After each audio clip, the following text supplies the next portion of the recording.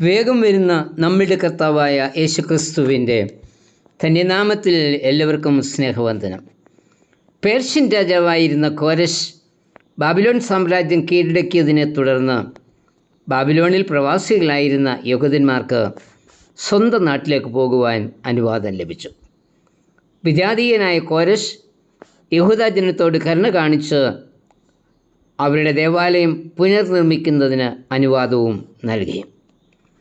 എൻ്റെ ഹിതമൊക്കെ നിർവഹിക്കുന്ന എൻ്റെ ഇടയൻ എന്നും എൻ്റെ അഭിഷക്തൻ എന്നും വിളിച്ച് വിജാതീയനായ കോരശിനെ ദൈവം അംഗീകരിക്കുന്നതായി യെശയ്യാവ് 44:28-45 1 വാക്യങ്ങളിൽ വായിക്കുന്നുണ്ട്.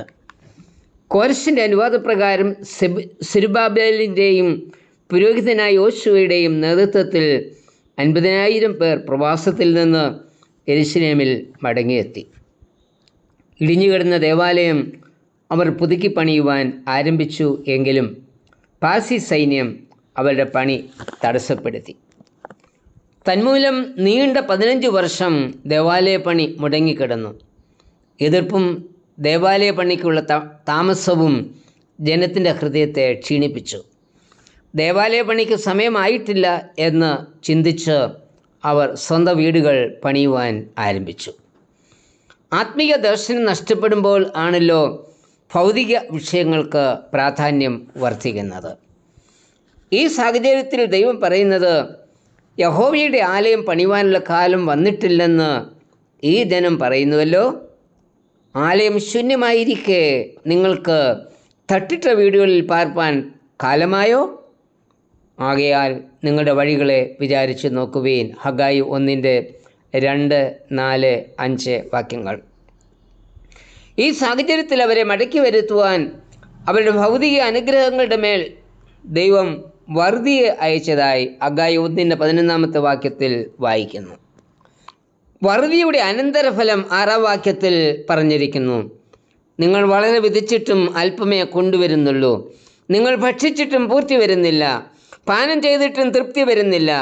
വസ്ത്രം ധരിച്ചിട്ടും കുളിർ മാറുന്നില്ല.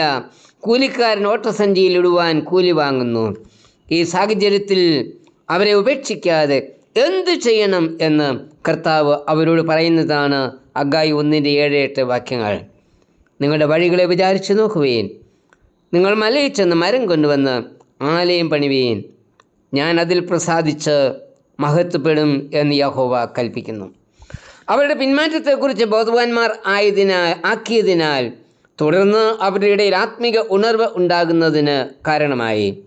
എവിടെയെല്ലാം ആത്മീക മാന്ദ്യം സംഭവിച്ചിട്ടുണ്ടോ അവിടെയെല്ലാം ദൈവം തൻ്റെ ജനത്തെ ഉണർത്തിയതായി സഭയുടെ ചരിത്രം പറയുന്നു. ഹഗായി പ്രവാചകനിൽ കൂടി ദൈവം നമുക്ക് നൽകിയിരിക്കുന്ന ദൂതാണ് ഇത്. പണ്ടുകാലത്ത് പിതാക്കന്മാരിൽ വ്യാപരിച്ചിരുന്ന ആത്മീക ശക്തി ഇന്ന് നമ്മളില്ലാതായിരിക്കുന്നു. ആത്മീക മാന്ദ്യം സംഭവിച്ച വിശ്വാസിയും സഭയും ഇന്ന് നാം അനുഭവിക്കുന്ന എല്ലാ പ്രതിസന്ധികൾക്കും പീഡനങ്ങൾക്കും കാരണം നമ്മളുടെ ആത്മീക ശക്തി നഷ്ടപ്പെട്ടതല്ലേ? സഭയും വിശ്വാസിയും ഭൗതിക വളർച്ചയ്ക്കും സുഖത്തിനും പ്രാധാന്യം നൽകിയ യാത്ര ചെയ്യുന്നത്. ആരാധന വെറും ബാഹ്യപ്രകടനമായി തീർന്നിരിക്കുന്നു. പുറം വെടിപ്പുള്ളതാ, എന്നാൽ അകമേയോ? ഇന്ന് നാം അനുഭവിക്കുന്ന എല്ലാ പ്രതിസന്ധികളും യഹോവയെങ്കിലേക്ക് നമ്മെ മടക്കി വരുത്തുന്നതിനുള്ള ദൈവത്തിൻ്റെ പ്രവൃത്തിയാണ് എന്ന ഒരു തിരിച്ചറിവ് നമ്മിൽ ഉണ്ടാവണം. ഇപ്പോൾ നാം നടക്കുന്ന വഴികളെ വിചാരിച്ച് നോക്കണം എന്ന കർത്താവ് പറയുന്നത്. ഒരു മടങ്ങി വരവ് നമ്മുടെ ജീവിതത്തിൽ ആവശ്യമാണ്. കർത്താവ് നമ്മെ ഒരിക്കലും ഉപേക്ഷിച്ച് കളയുന്നവനല്ല. എപ്പോൾ നാം മടങ്ങി വരുമോ അപ്പോൾ മുതൽ നന്മയും കരുണയും നമ്മെ പിന്തുടരും. പ്രവാസത്തിൽ നിന്നും മടങ്ങി വന്ന ജനത്തെ ആത്മീക അനുഭവത്തിലേക്ക് മടക്കി വരുത്തുവാനും ഇപ്പോഴുള്ള അവരുടെ വഴികളെ പരിശോധിക്കുവാനും ദൈവം അവർക്ക് പ്രവാചകന്മാരെ നൽകി. പ്രവാചകന്മാർ ജനത്തിൻ്റെ പിന്മാറ്റത്തെക്കുറിച്ച് അവരിൽ ബോധം വരുത്തി. അതവരിൽ ആത്മീയ ഉണർവുണ്ടാക്കി. അവർ ദേവാലയ പണി പുനരാരംഭിക്കുകയും BC 516 ആലയപണി പൂർത്തീകരിക്കുകയും ചെയ്തു. ഇവിടെ ആത്മീയ മാന്ദ്യം സംഭവിച്ചിട്ടുണ്ടോ അവിടേക്ക് ജനത്തെ ഉണർത്തുവാൻ തൻ്റെ ദാസന്മാരെ ദൈവം അയക്കും. അവരുടെ വാക്ക് കേട്ടനുസരിക്കുമെങ്കിൽ ഇന്നത്തെ നമ്മുടെ അവസ്ഥയ്ക്ക് മാറ്റം സംഭവിക്കും.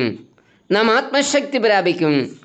കർത്താവിന് വേണ്ടി ആത്മീക ശുശ്രൂഷ നിർവഹിപ്പാൻ നമ്മെയും ദൈവം തമ്പുരാൻ തിരഞ്ഞെടുത്തിരിക്കുകയാണ്. എന്നാൽ ചില തടസ്സങ്ങൾ പറഞ്ഞ് അതിൽ നിന്ന് മാറി നിൽക്കുകയും നമ്മുടെ സുഖസൗകര്യങ്ങൾ വർദ്ധിപ്പിക്കുവാനുള്ള ശ്രമം നടത്തുകയുമല്ലേ നമ്മൾ ചെയ്യുന്നത്?